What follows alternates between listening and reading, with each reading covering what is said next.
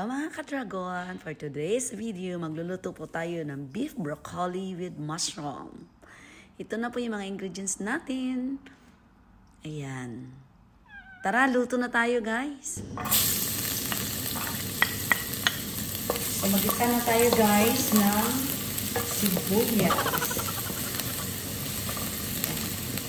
Huwag natin siya sunugin guys. Ayan. So dagdag agad natin yung sibuyas baliktad. Repeat na.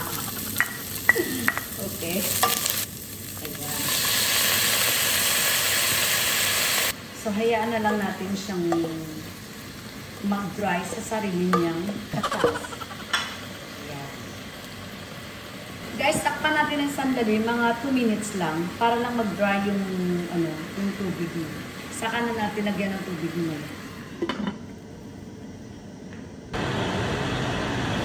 Guys, nagkamali pala ako. Akala ko 2 minutes lang. 3 minutes pala, guys. So, ayan. Medyo na-dry na siya, guys. Ano ba yan? Mas malakas pa ang sounds ng exhaust fans kaysa sa bunga. Ayan. So, maglagay ako ng kunting tubig lang, guys, ha? Guys, ang purpose itong tubig na ilagay ko para malaga siya ng ayos. Para medyo lumambot siya, guys. Anong purpose, guys, kung bakit ko siya pinadry? Para matanggal yung amoy ng karne. So, ngayon nilaga ko siya para medyo lumambot naman siya. Ayan. So, ayan na, guys. Pinipili siya konti. Ayan. So, sure ako na talagang malambot na yan. Malambot na yan siya, guys. Kasi yung baka na ginamit ko is yung malambot na part ng karne. So, mayroon akong nalaman na ito yung mushroom natin, yung sabaw pala, pwede rin siya palang ihalo. Kasi ako, lagi kong tinatapon yung sabaw. So ngayon, itry ko siyang ihalo ang sabaw ng mushroom. Ayan. Ayan, guys. At hindi ito mawawala sa akin. Yung Nora cubes na beef flavor. So, para lalong lumasa ang beef natin. So, again, takpan ko siya ulit para kumulo. Yan, isang kulo. Idalawahin kulo natin, guys. Tingnan niyo, isang kulo yan, guys, ha? Then, takpan ko pangalawang kulo, guys. Hindi na natin iulog lahat ang dapat natin ihulog. O, diba? So, takpan na natin, guys. Guys, pinakuluan ko pala siya ng mga 3 minutes. So, sa tansya ko, kasi meron akong carrots, medyo madami-dami. So, sa tansya ko, kulang ang tubig natin, guys. So, dagdagan ko siya ng konti. Konti lang, guys. Konti lang. Ayun, konti lang. Ayan.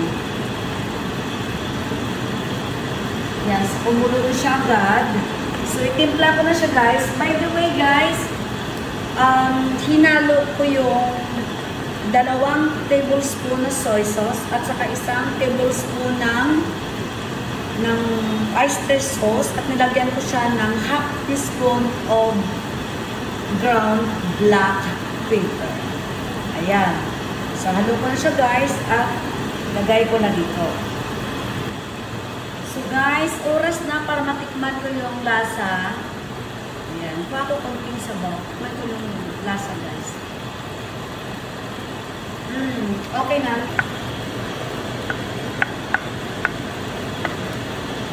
Guys, another 3 minutes. Okay, takpan ko na yan. Wow, after 3 minutes, guys. So, half cook lang siya, ha. And then, ano ba yung sunod natin? Ha? Ito na. Ilagay na natin yung natin.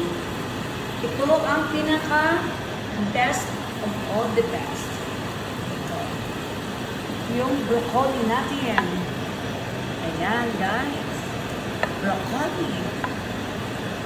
At saka ayoko rin, guys, na masyadong ma-cook ang broccoli. Kasi hindi na siya masarap. So, kailangan ulit mag-hot cook lang tayo ng broccoli. Yes.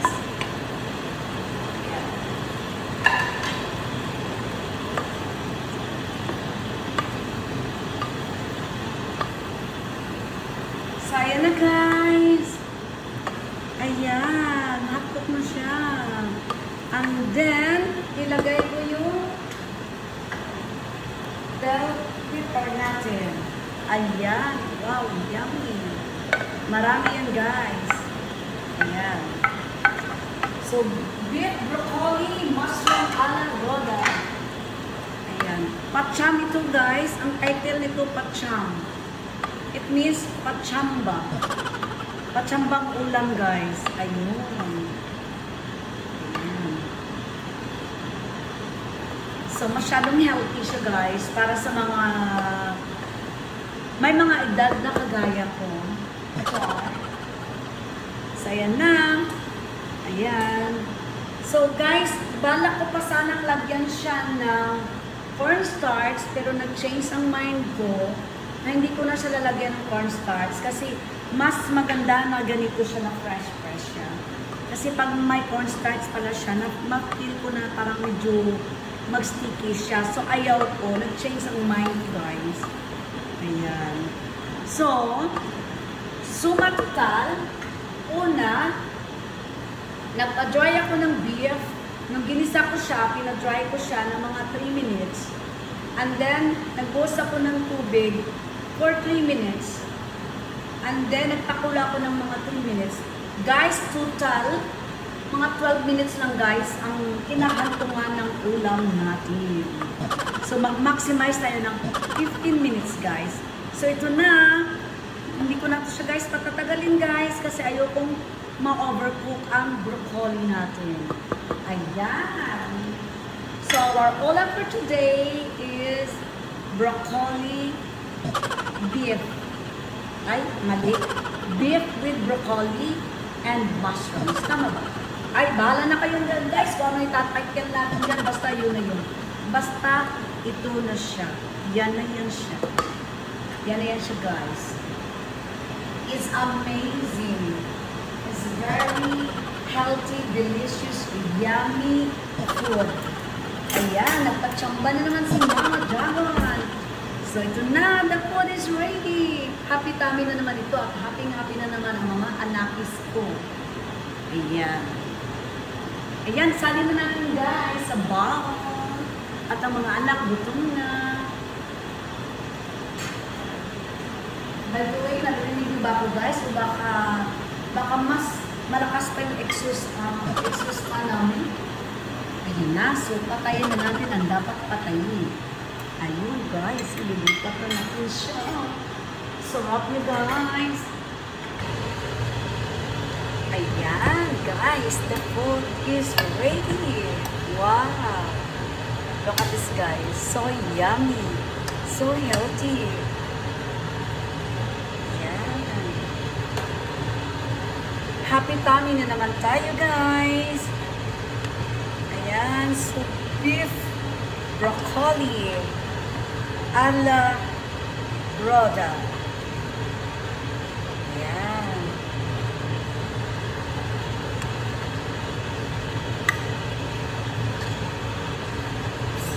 May nalaglag. Wow.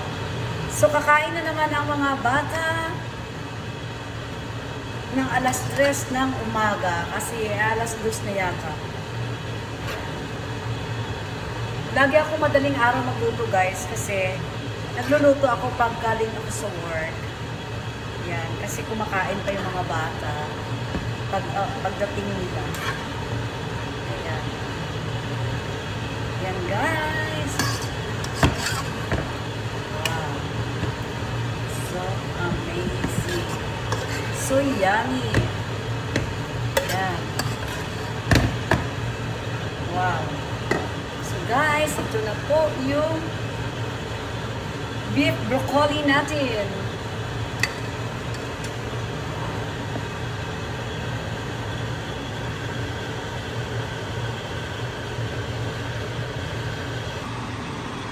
Wow, sabi daw ng anak ko, wow daw, kakarating niya lang.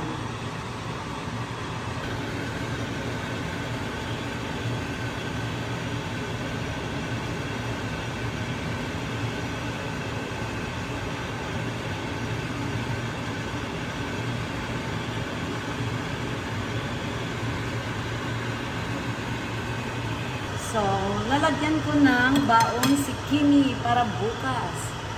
Itong baon ni Kimi, oh. Ayan. Kakain siya. Tapos, plus magbaon pa daw siya bukas. Ayan. Ito para kay Kimi. Kunting rice. Pero dinamihan ko yung ulam. Ayan. Kay Kimi na. Kung anak kong lalaki, kakain ko yan. So for guys, ako ang chef cook. So, kailangan ko rin tumikim, kumain. Kunti lang sa akin, isang maliit lang na bowl.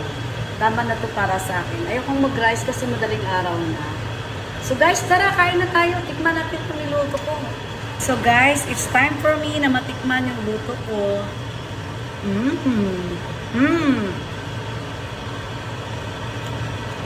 Crunchy ang broccoli guys kasi hindi siya masyadong naluto. Half cook lang siya.